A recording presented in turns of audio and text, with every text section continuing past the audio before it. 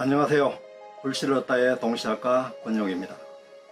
저는 경상북도 문경시 농촌마을에서 태어나 중학교 졸업 후 고등학교 진학을 위해 대구로 나오게 되었으며 이후 지금까지 대구를 근거로 생활하고 있습니다. 2007년 해암 아동문학교실에서 아동문학 공부를 시작하였고 2008년 국제팬 한국본부 팬문학상 신인상을 받으며 동시로 등단을 하였습니다. 현재는 2007년 제가 공부했던 해암 아동문학교실에서 아동문학 도서사 및 동시, 동화를 8년째 가르치며 열심히 작품을 쓰고 있습니다. 저는 초등학교 때는 키도 작았고 성격도 활발하지 못해서 혼자서 상상을 많이 했습니다. 저 산 너머엔 정말 다른 세상이 있을까? 봄은 정말 산 너머에서 오는 건가? 그렇게 늘 혼자서 상상을 하던 때에 박목을 동시집 물새알 산새알을 우연히 보았습니다. 물총새와 산새를 가까이서 보아오던 때라 이런 것이 동시라면 나도 쓸 수 있겠다는 생각이 강하게 들었습니다. 그러면서 자연스럽게 뭐라도 쓰고 싶어졌습니다. 직장 생활하던 2007년 해암 아동문학교실이 본격적으로 아동문학을 하게 된 결정적 계기가 되었습니다. 해암 최춘혜 선생님께서 무료 1년 과정의 문학교실을 열어 우리는 정으로 산다. 좋아하면 잘하게 된다. 끝까지 하면 열매를 맺게 된다면서 무료 강의를 해주신 덕분에 지금까지 새로운 세상인 아동문학 세상을 가꾸어가고 있습니다. 어린 시절 글에 대한 근거 없는 자신감을 심어준 책은 위에 소개했던 물새알 산새알이었습니다. 당시 바다는 멀어서 못 가봤지만 냇가에서 물새알도 보았고 숲에 있는 산새알도 흔하게 보았던 때라 어쩌면 공감이 쉽게 되었던 거였겠죠. 어쨌거나 이렇게 쓰면 시가 되는구나. 그렇다면 나도 쓸 수 있겠다는 자신감이 그냥 생겼고 그 자신감이 지금의 저를 이끌고 있는 바탕인 것 같습니다. 제가 써온 여러 작품 중에 굳이 한 편을 뽑아 소개하라고 한다면 저는 불씨를 얻다를 소개하고 싶습니다. 어느 날 바위와 돌에 대한 생각을 펼쳐보기 시작했습니다. 그러다 문득 부싯돌이 떠올랐습니다. 그러자 부싯돌은 누가 처음 발견했을까 하는 의문이 들었던 거예요. 돌도끼로 사냥하던 그때 돌도끼를 사슴 향해 힘껏 던졌겠다. 사슴은 도망가고 돌도끼는 돌에 부딪혀 불꽃이 튀었겠다. 사슴은 놓쳤지만 불씨를 얻었겠다.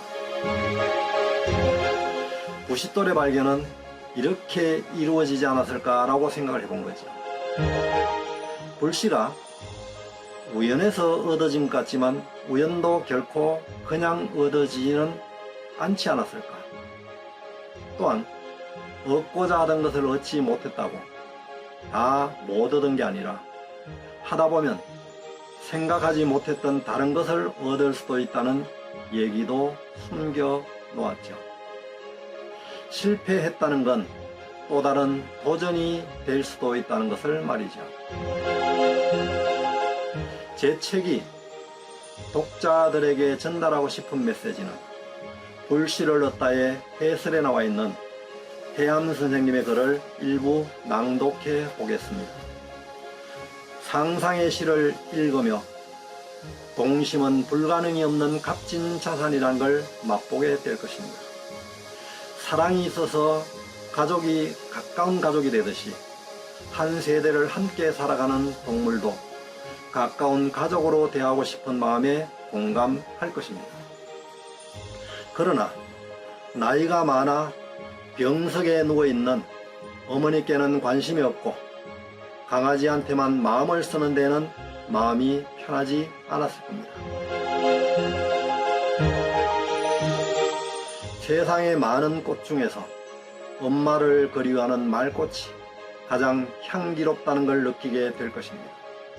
동심의 불씨를 평생 간직하고 동심으로 살아가는 권 시인은 개성이 뚜렷한 시인으로 발돋움하리라 믿습니다.